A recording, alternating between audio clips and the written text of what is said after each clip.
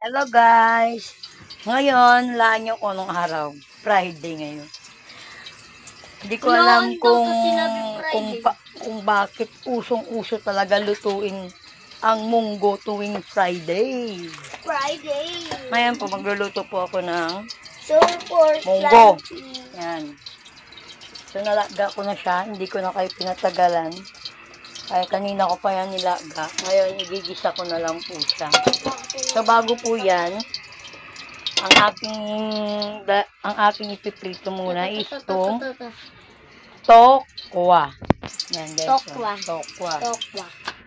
Kasi sa ang mahal-mahal ngayon ng karne natin ngayon. Kaya, kailangan tayo magtipid.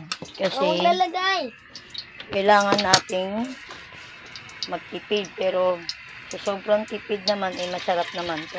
Mainam naman to eh. Mainam naman to para healthy din naman to. Yan. So guys, so. Sinunok ko siya sa harina para hindi siya mawasak. Yan. Iprito ko muna siya bago ko siya ilalagay sa mundo. Mabusisi lang talaga to.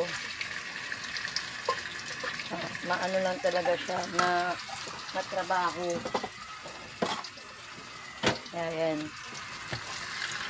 Niprito ko muna siya para hindi siya buwagad mamaya. Para buo pa rin siya pagka ninuya. Pag nguya siya, buo pa rin siya. Hindi siya wasak-wasak. Ay, imagine nyo na lang